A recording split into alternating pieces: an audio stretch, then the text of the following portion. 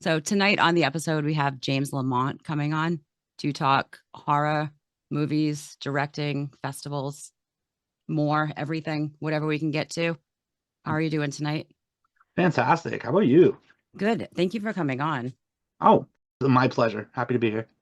So we're going to start the three-page list of questions That's that fine. I may or may not have gotten together tonight.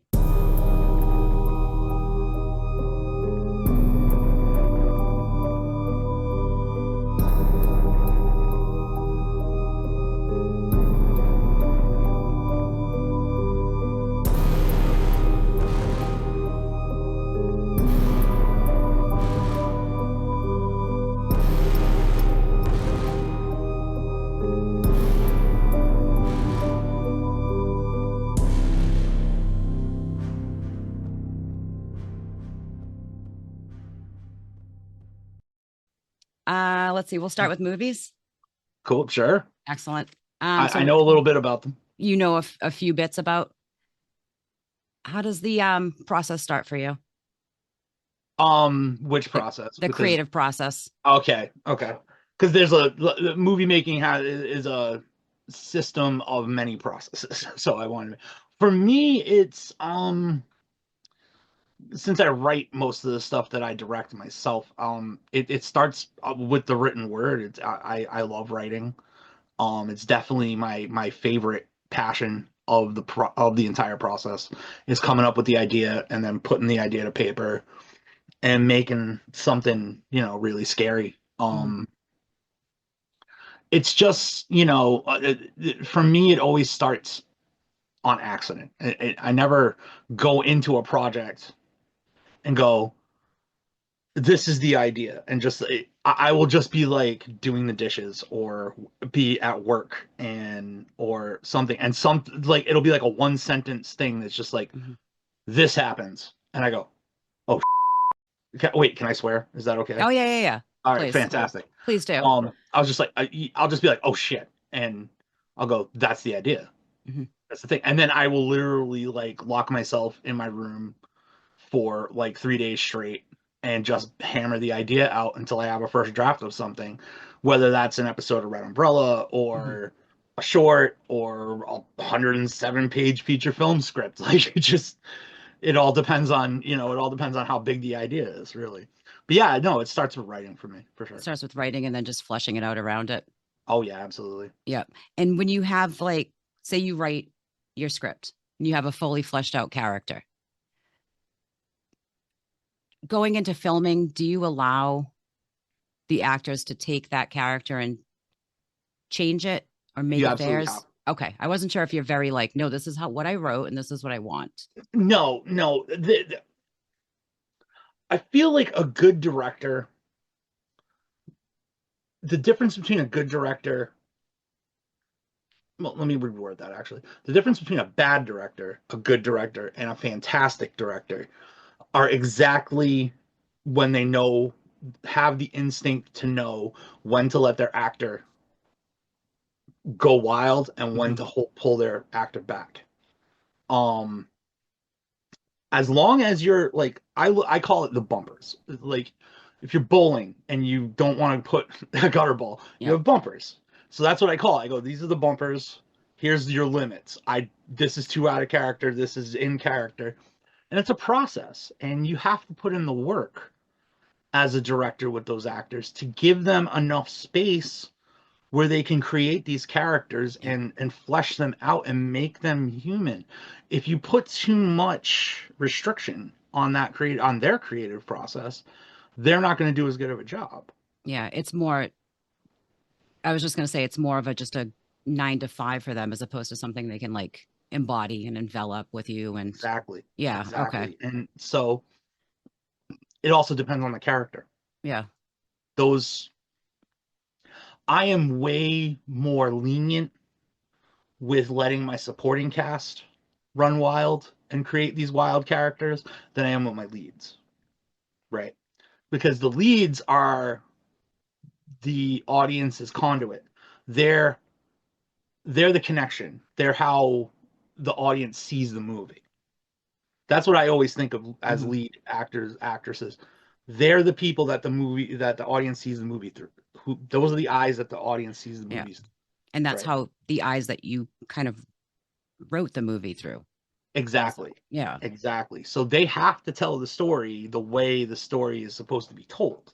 So there's a little more restriction on a lead than there is on a background character actor or a supporting act, where they might get a lot more leeway for me to just run wild with something. Yeah.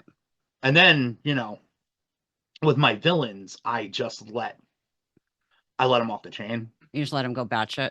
I let them. I say, here's what I wrote down. Here's what I'm looking for. How can we make this 10 times worse? You know, And that and we works. do it. That And works we for just, you.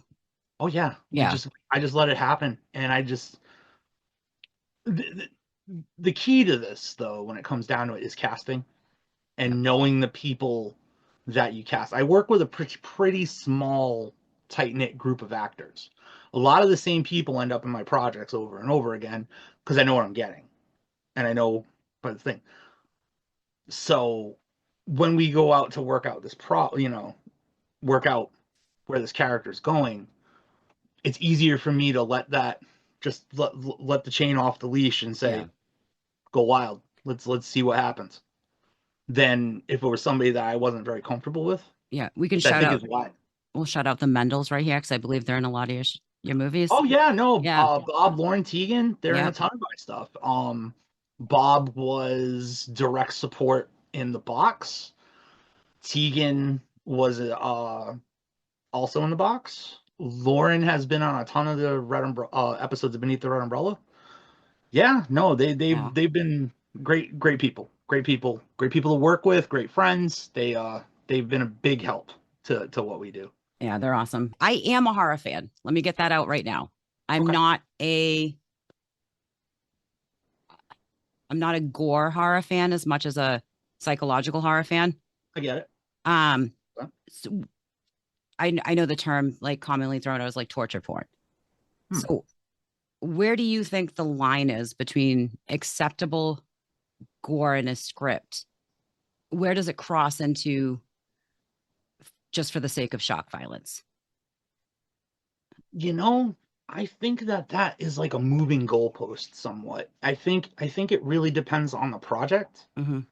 Um, I don't think that there's a per se line, one size fits all for every project. This is, oh, that's too much. Hmm.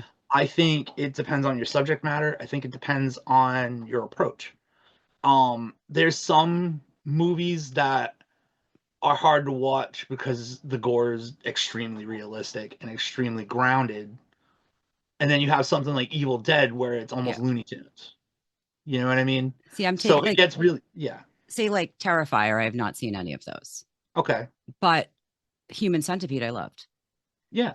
So the gore in Human Centipede is, like you said, more realistic. It's medical. It's needed for the plot to move along.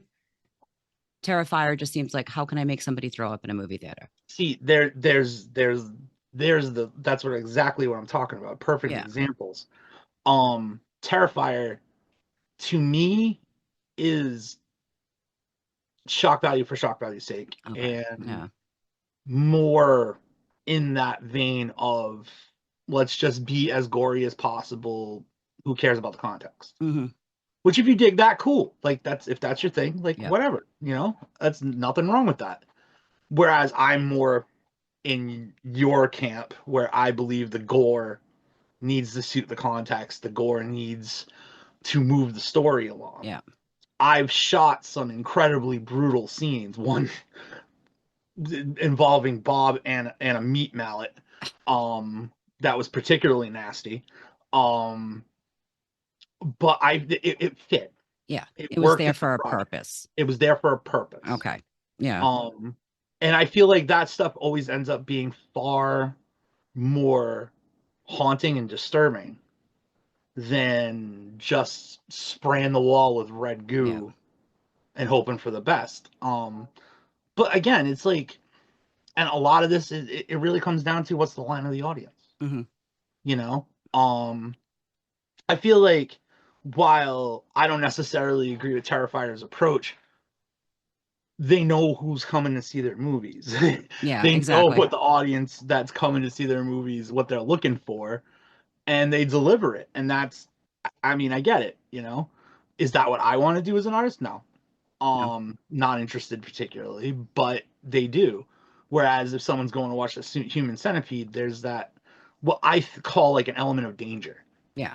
I feel like horror movies only truly work when they feel dangerous, right? And if the gore is coming off already like kind of goofy, kind of outlandish, you're never going to make that audience feel that danger. Hmm. And you lose impact. It's just unavoidable.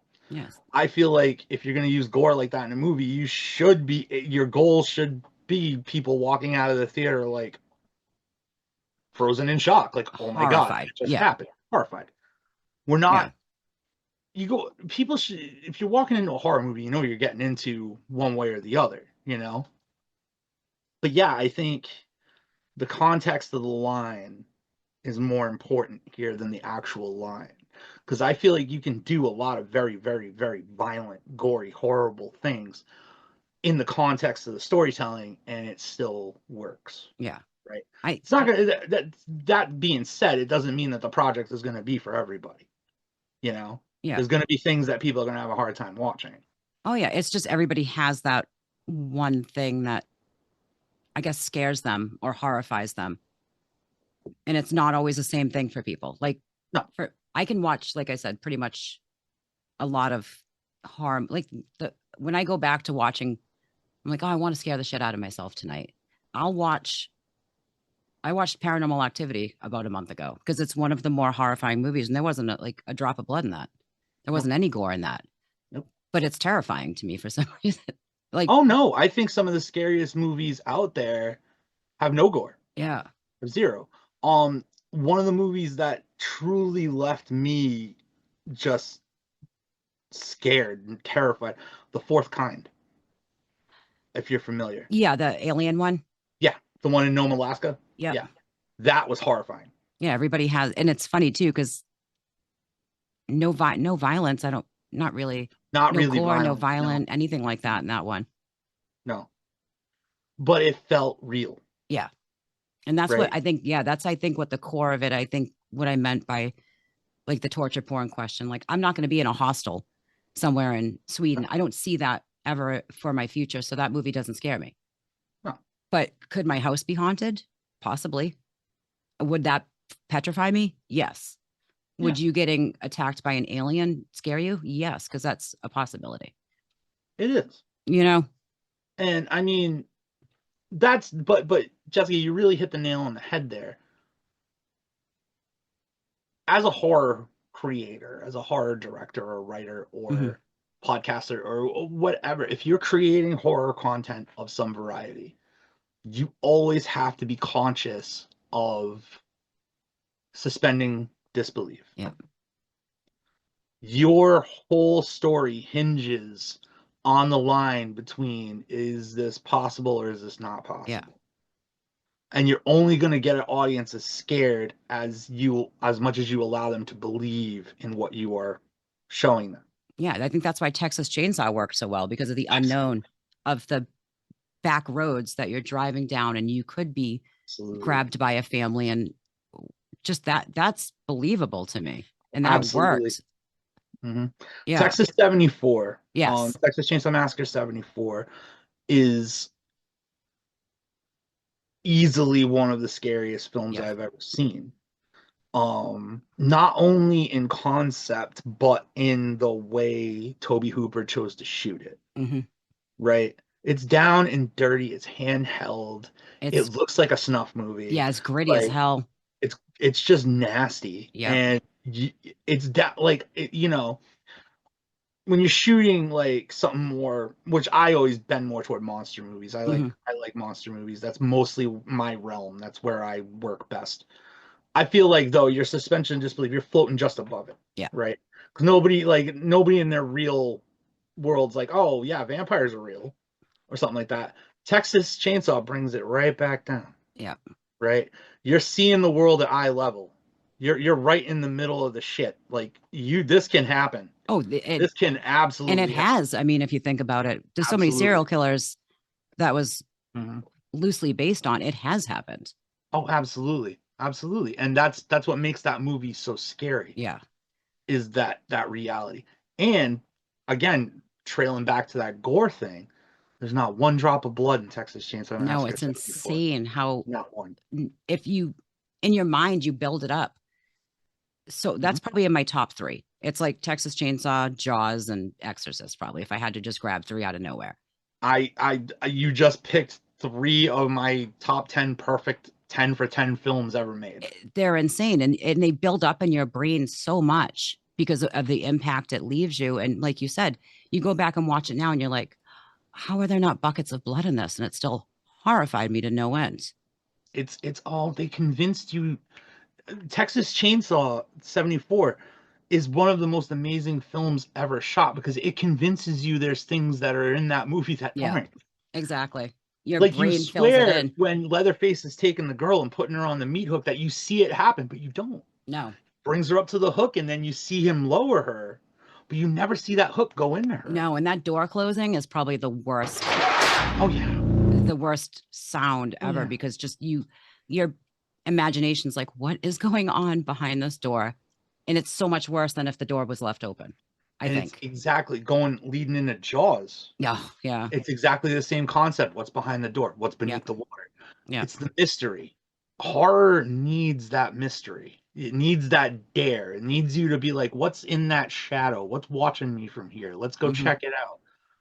Horror needs that in order to be fearful because the Yeah, only thing that people actually are afraid of is the unknown. That's it.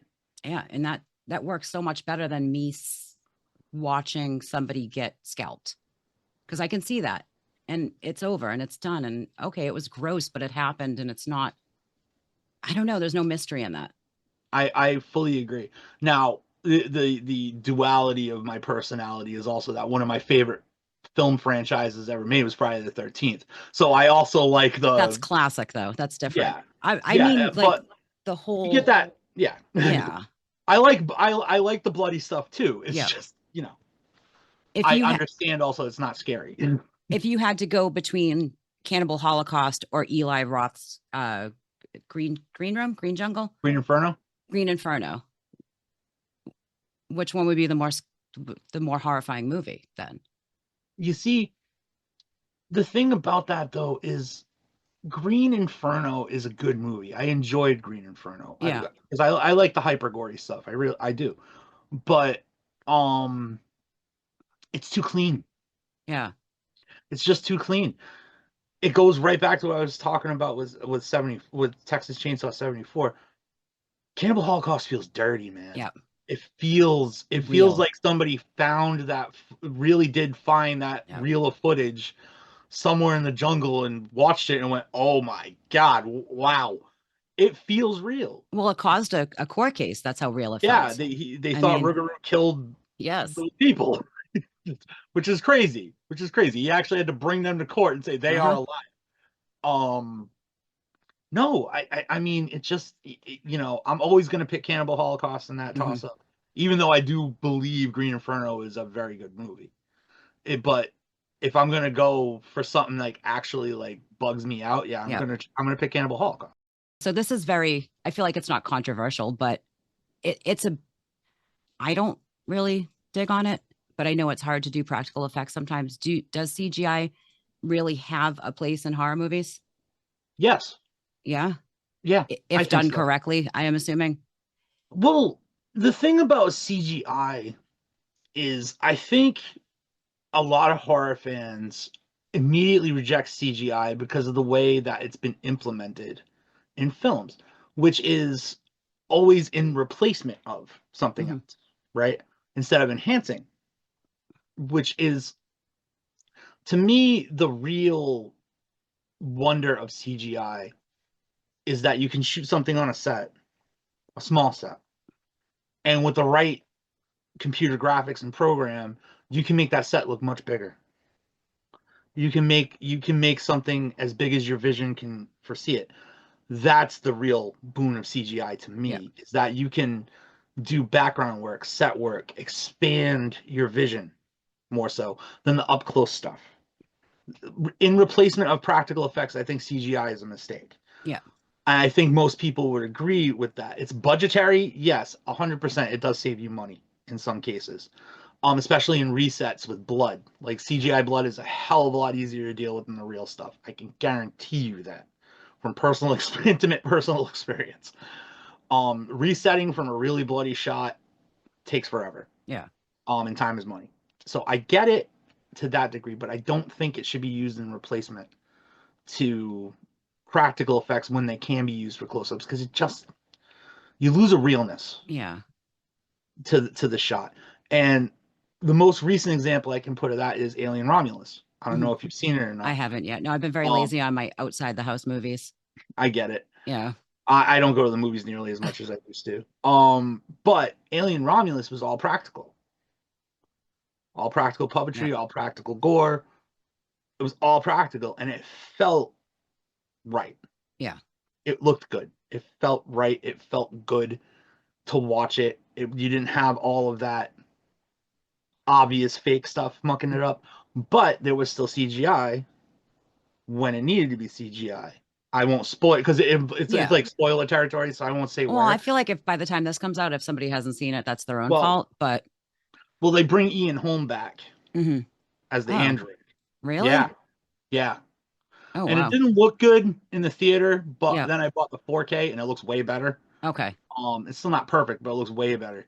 But that, in that situation, now there's a whole other ethical debate of whether or not you should let dead people be in your Exactly. movie. That's a different story. But in that situation where you're recreating something that you just can't physically get Yeah. anymore, okay, I get it. That is a use of CGI that makes sense to me. What would be one horror dead actor if you had the rights to use him in a movie? Who would you use? You know, my personal morals don't allow me to say I would do that because I wouldn't. No. If But you were working on a movie, and I guess morals aside, morals aside, if I were to ever do that, I would want Christopher Lee as Dracula again so damn really. bad.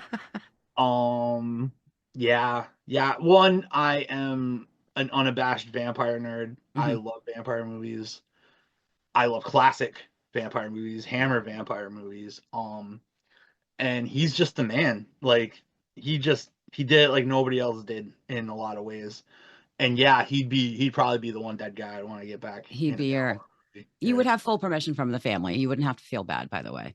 Okay, well Yeah. that's even better. There's the Um, terms. So you don't feel bad yeah, no, anymore. that's even better. If the family's like, we're cool with it. I Yeah. mean, On a vampire note, because I think we differ on this opinion, um, the new Salem's Lot. I loved it. That's crazy. I loved it. That's insane to me. It didn't feel right. It didn't feel finished. It didn't feel completed. It felt weird. Color wise, it was beautiful. Story wise, was way off.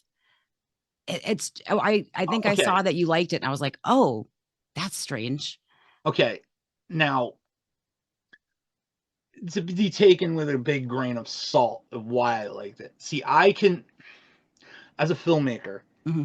as a person who works in this industry, I saw what they did to Gary Doberman's movie there.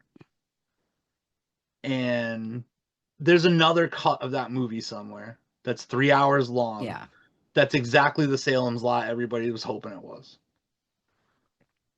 I feel like even the actors and the direction, and it didn't seem fitting to take it after all this time, and it does look edited as It's hell. chopped. It's chopped It's to absolutely pieces. hacked. Yeah, It's hacked to pieces. but even There's some stuff of the in there. transitions were weird. I think their transitions were weird because they were edited again after the editor was already done. Warner Brothers brought somebody else in and chopped it up even more. That's my opinion. So here's my moral conundrum. I don't even know if it's moral. When a director makes a movie, because I have a director friend, and I think I I disagree with him on some points with this. If the movie makes sense in a directorial way, Hmm. does that cancel out the fact that the audience doesn't like it? If No, if a movie is shot beautifully, if a movie has great actors in it, but the audience is like, wow, this movie's trash. nope. But as a director, you can still see good things in it, though. It's Of weird. course I can. This Of is the course I Salem's can. Lot debate. This is where I'm going with this. Yeah, no, no. Obviously, but the thing about it is every movie has a mixed opinion. Every single one. Whether it just depends on the percentage of the audience that liked it and didn't. Really. I'm just, so you liked it for why? I'm just gonna, there's a last question about Salem's Lot, I Okay, promise. so here's the thing. Salem's Lot is one of my favorite horror stories, Mhm. period. It's my favorite book ever made. Yeah. It's the first horror book I ever read. And it's stuck with me my whole life. I Yeah. love the 1979 version. We don't talk about the 2004 version. We That's do fine. not. We don't speak about that. No, that But didn't I happen. love Toby Hooper's Salem's Lot. Yeah. But I already got Toby Hooper's Salem's Lot. I got the 3 hour deep dive with the character development. Hmm. I absolutely love the idea of increasing the heart rate of the story, so to speak, speeding up the pace, making it a little more action oriented. I thought that that was a good choice. I really do. Um, I just think that it got more butchered Hmm. than it needed to be. Like, there's probably a happy medium somewhere out there where they could have been like a 2.5 hour runtime where we got a little more character development Yeah. with better stuff. But yeah, no, obviously, like, I'm not saying it's a perfect movie by any No, no, means. by no means.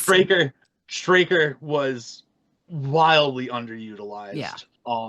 Criminally underutilized, if I'm being honest. They didn't give that guy nearly enough screen time to do what he needed to do. No. But on the positive side, Mark Petrie was an absolute badass. That little kid was Yeah. a beast. Well, and He was it's, awesome.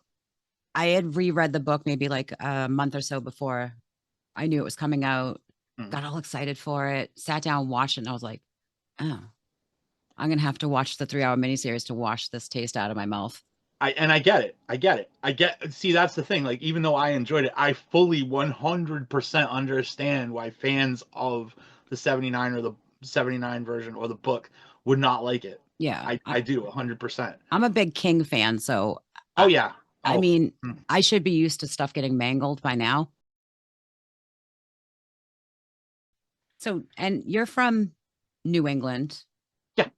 and I know New England has always been associated with like folklore, horror, the darkness. Oh yes. Um,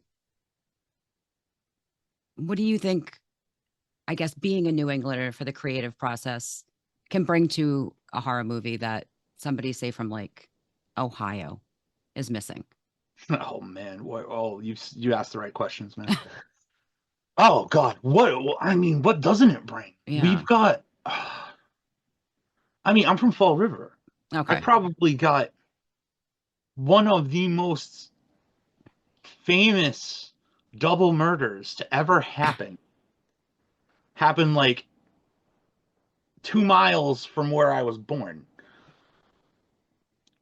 We got a lot of history here, man. Yeah. And you can kind of, do you draw on that often when you're doing yours? 100%, Yeah. all the time. All my movies are set in New England. All of my movies have a deep mythology, Hmm. like New England, like, because there's something in the ground Oh, here yeah. with Without a what doubt. with what, like, whether it's just the bad shit that's happened here or, lingering spirits from that or whatever. We just have a history that's darker, older, a little more Lovecraftian. foreboding, a little Yeah. more Lovecraftian, a little more Yeah. foreboding than the rest of the country, because the rest of the country isn't as old as we are, No, and not as old as we are by like 300 years. no. Dark is different here in New England, I think, than It it is is. in other places. It is, and even the vibe, not just that, not but in truth, the dark is darker. Yeah. We have there's a looming terror in our nights, if you ask me, Yeah. when you're not in the middle of a metro area.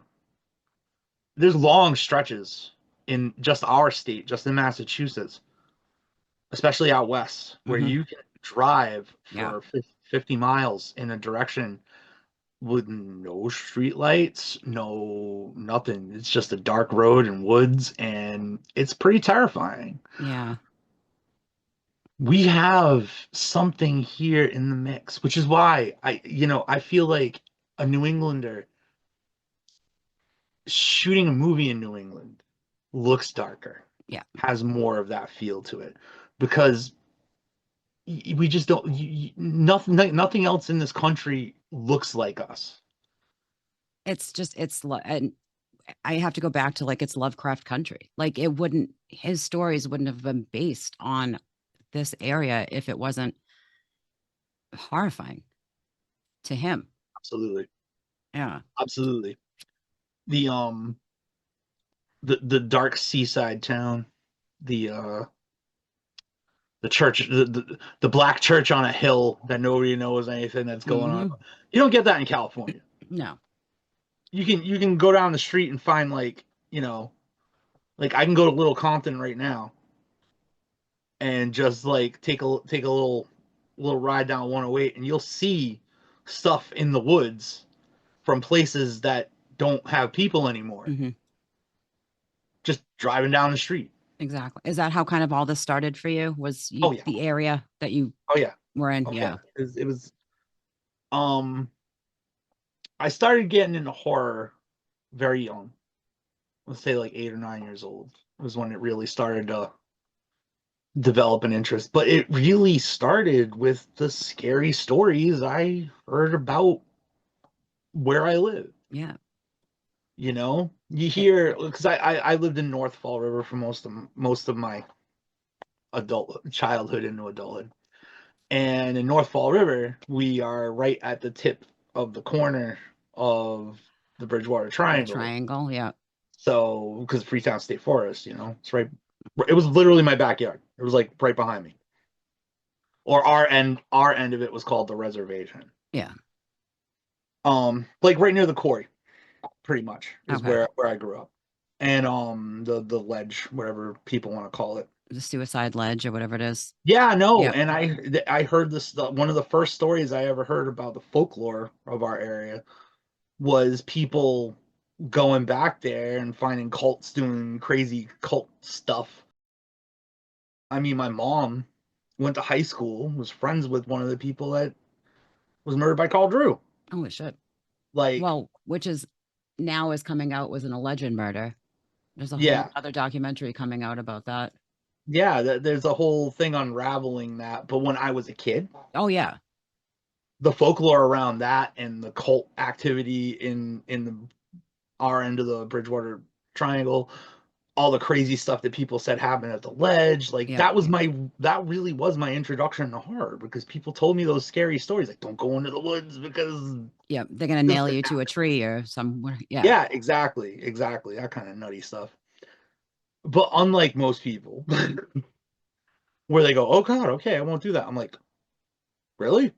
I kind of want to, really? Yep. Okay, I want to see that happen. Yeah. We need to go check that out. Like Yeah, that's yeah. the difference. Yeah. My fascination with the darkness set in real early. Yeah. Well, it's like I used this term last week about something else, but it reminds me of it like in Silence of the Lambs. It's like we covet what we see around us every day. And that's exactly how So, yeah. this kind of fits for that, where you're surrounded by I guess New England. I'll use Massachusetts, but New England in general. Um, you're surrounded by the darkness. You're surrounded by the stories. You're surrounded by the fear and the what ifs of everything. And you're like, okay, so let me internalize that and Oh yeah. use it to not be scared anymore Oh yeah. No, 100%. or to I scare other people that don't understand where you're from. exactly. I mean, the story that inspired the box, one of my movies, the one with Bob and Tegan, was the story of Mercy Brown. Hmm. Um, alleged vampire of Exeter. Yep. And it fascinated me amazing. I just sat back and like my imagination ran wild with it. It was like, what if someone dug her up and she was in there and she was waiting that like 150, 200 years? What would that vampire be like? what would happen? Hmm. And my brain just went with that. And next thing you know, I've got somebody digging an irrigation ditch in their backyard and finding a coffin, and insanity ensues. See, it kind of now that leads me into a question I had for you. Stuart Gordon of Reanimator fame Mhm. um, had said, "Create what scares you." So this is kind of what scares you the most of your creations, My new one, 11. which is we can't talk about or we can talk about. It's not out yet, right? I can talk about in bursts because it's Okay. not out yet. It's Yep. premiering at Dead of Winter. It's definitely the one closest to my personal fears. Can you synopsisize it if that's a word? Without giving anything Yes. away, I would say it is about repetition leading to insanity. People that can't get a person that cannot get out of their own cycle fast enough to stop themselves from going insane. Okay. Well, we That I would don't be want the you there. best way. Yeah, that would be my absolute best way to describe it. It's a lot more than that. But yeah, no, it's definitely an amalgamation of personal struggles, people around me, their struggles that have affected me emotionally. It's definitely the most personal thing I've ever done as far as movies go. Obviously, a deeply exaggerated version. Yeah. And this premieres at Dead of Winter. Oh yeah, So yeah. what and well, at time of filming, I guess a monthish from now it'll premiere. 5 weeks. 5 weeks. We're 5 weeks, there weeks you out. go. Can you tell everybody about the Dead of Winter Festival? I definitely wanted to make sure that Oh like man. how did Yeah. the inception of that start? You know, we've got a lot of talent around here in horror. We got great storytellers in all kinds of media, great comic book artists, great writers, filmmakers, cosplayers, arts and crafty people Yeah. doing paintings, and just so much of this stuff. And while we do have a lot of conventions and we have a lot of film festivals and we have a lot of, places for people to show off their work, no one celebrates just what we do as New England, as our Hmm. community. Everyone, it's like, come see these people. Oh yeah, and Yeah. we've got vendors, or come do this. Oh yeah, we got these vendors. Come watch these films. Oh yeah, we don't really accept horror into the film festival, or whatever the Yeah. excuse is. It's just never focused on what we do. So about, geez, 6 years ago now, I started with a festival called Dead of Autumn, and I wanted to test a model, a concept, but on a smaller scale. And that concept was, what if we hybridize conventions, film festivals, all of it into one event? Create something where everybody gets center stage. Yeah. Because every other version of a convention, it's a zero sum game. If you focus on vendors, the film festival loses out. Yeah. It's pushed into a closet behind a janitor's locker in a room off on the side. You gotta like ask for like directions, get a password from a guy named Bob. It's just ridiculous. Panels, same thing. All Yeah. pushed off to the side. Well, this gets the main floor, that gets the main floor. It's like, what if everything had the main floor? Exactly. I love that idea. It's just because you don't have a name for yourself doesn't mean you aren't somebody and you shouldn't be watched. And Well, I like the the fact that it's amazing thing, everybody. yeah, the amazing thing is we did it with Dead of Autumn, and it worked, but it was very small, very small. It was 14, 15 vendors, small film festival in like this arcade bar. Mhm. It was cool. It was a little chaotic because there was like a lot going on, but it was cool. And I said, okay, like, this will work. Then COVID happened and kind of set the Yeah. world back by like 3 or 4 years, give or take. Coming out of COVID, it was like 2023 or so when I felt comfortable addressing the idea Yeah. again. And we were at Monster Expo in the Halloween. Yeah, it was in October. And I just brought it up to my team. I was like, I kind of want to bring Dead of Autumn back. And I thought about it, and we were talking about it, hashed it out. And I'm like, oh, okay. I mean, it's too late for Dead of Autumn. I was like, what about Dead of Winter? I was like, what's going on in February? Nobody does anything in Yeah. February. I was like, it's the perfect time. Let's do it. And we put the first show last year together in 72 days, Wow. which was a damn miracle. Yeah, that's I don't crazy. know how we did that, but we did it. And what we discovered, to your point of we don't think we're anybody, but we are. Yeah. You're absolutely right. People came in droves. Yep. Droves. We outsold, we had 40 vendors. We did 15 films. We found the most amazingly ridiculous venue that just let us run absolutely wild across Yeah. 3 floors and let us do the most wild things I don't think anybody's seen before as far as like this kind of thing. And people just showed up. They Hmm. turned out. We thought, okay, we've got our vendors. We'll get like 300 people in the door this year. We'll barely break even, but it's a start. Yeah. We ended up getting 600 people on top of the vendors and everything else. Yep. It was absolute pandemonium. We weren't ready for it. No. We did not see it coming. No, but that's great. It's a great problem to have. Yeah, exactly. Very different situation this year. We're very ready for it Yeah. now. But that emboldened me to say, yeah, there is an audience for people out there.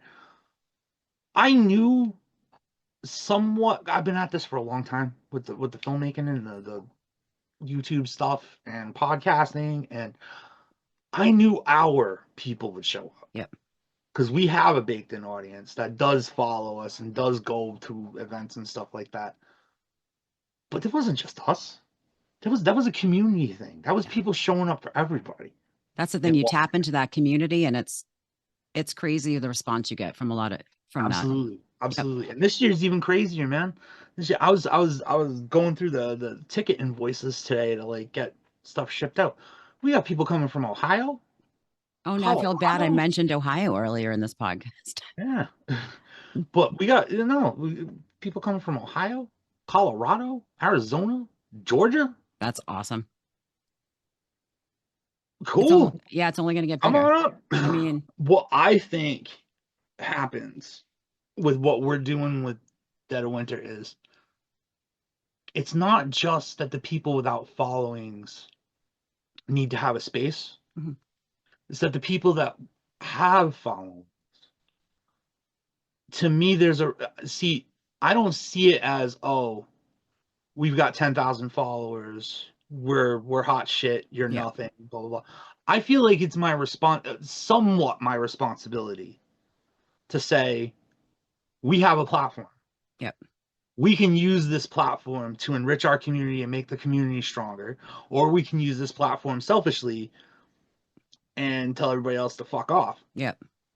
That's not me. Yeah. I'm not that guy. We're not those people. We're going to use our platform to build the community up Yeah. because you know what happens? You get the community built up. These people get more fans. Guess what's happening? More people are coming to our festival. It works for everybody. Yeah. It's a reciprocating relationship. If you're just gonna stick in the mud and be over here by yourself, like, oh, we've got these 10,000 followers, yeah, Yeah. well, that's all you're ever gonna That's all have. you kind of hot shitism kind of, I don't know. It just kind of turns people off to have them Mhm. at their places, I think now. I couldn't agree more. And while I'll admit, yeah, do I walk into any room I'm in, and think I'm the greatest thing since sliced bread? Damn right. But I'm gonna walk to every table in that room to Yep. see everybody's stuff. buy, what pertains to me. I'm not going buying candles and, floral No, soap, yeah, but no, but I at least you're give them a minute of my time. exactly a part of the community. That's exactly And right. community recognizes community. It Yeah. needs to be that way. I support everybody that comes out and helps with the festival or comes and vends the festival or comes and vends any festivals that we're at. Yep. We're all in this together, in my opinion. And we always will be. And we're stronger for it. Yeah. So it's movies, vendors, cosplayers. It's a 2-day event. 2-day event. We've got the film festival. Okay, so Saturday is going to be panels. Um, we got the toxic cast of the first Toxic Avenger coming. They're signing autographs all weekend. That's going to be cool. Yeah. I'm stoked for that. I'm a big Toxic Avenger fan. Um, on Sunday it'll be the film festival Mm-hmm. with a halftime panel from the Dead of Winter Horror Network, which is our podcasting group. And I mean, there's the after party, which is going to be at Ralph's with a bunch of cool bands. Yeah. On Your Deathbed's playing. Intercourse, which is one of my, if you're into like hardcore and noise rock kind of stuff, like they're just amazing.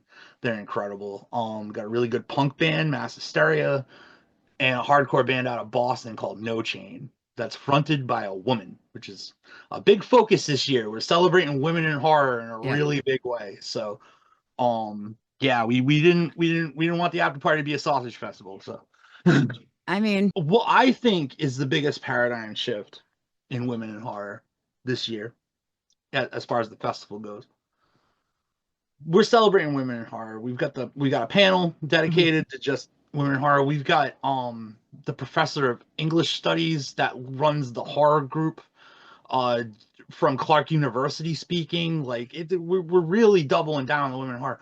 But the coolest thing about it to me is from Dead of Winter Entertainment. 3 of our world premiere films this year were directed by women. oh, nice. So to me, that's the paradigm shift. Yep. It's not just the acting; it's that women are getting behind the camera. Yeah. They're telling their stories, and I think that's like cool as shit. That's awesome. And they're fantastic. I've seen them all. They're freaking incredible. They're awesome movies. Um, I guess I got some bias for my own movie a little bit, but Yeah. just a touch. But that's not saying no. I'm just kidding. They're all awesome. All the movies this year, top shelf. But the women are really showing up and showing out and showing what they can do, and it's incredible. It's Yeah. just incredible. It's a good change. It's a Oh needed yeah, change, I think. oh yeah. I think we're gonna after the substance this year. I think that really threw a gauntlet down. Yeah. What they did with that movie, what Fargeet did with that movie, was just incredible. And I think it is a movie that has to be explained from a woman's perspective. I'm going to give you The floor. the You give me floor the to do floor. some promoting for yourself here. Okay. Well, I would say that if you are a horror fan or you like spooky stuff or the paranormal or you just like hot chicks and cosplay or metal and hardcore or you just want to do some shopping or check out some cool panels and learn how to do some neat stuff in movies and podcasting or whatever else, you should definitely come to Dead of Winter Horror Festival on February 22nd and 23rd, 12 to 6 p.m. both days. Because this year, above all else, I would say that we are going to be producing something that no one's ever seen before in this space, in this event space, in the convention and film festival environment. Last year we started crawling. This year we're just skipping to flying. This year's going to be crazy. No, thank you to James Lamond for coming on, talking everything with us tonight. Horror, movies, Jaws, which I can't stop looking at in the background. Vampires, Dead of Winter Festival, everything. So thank you very much for coming on tonight. Happy to do it. Happy to do it. It was a lot of fun.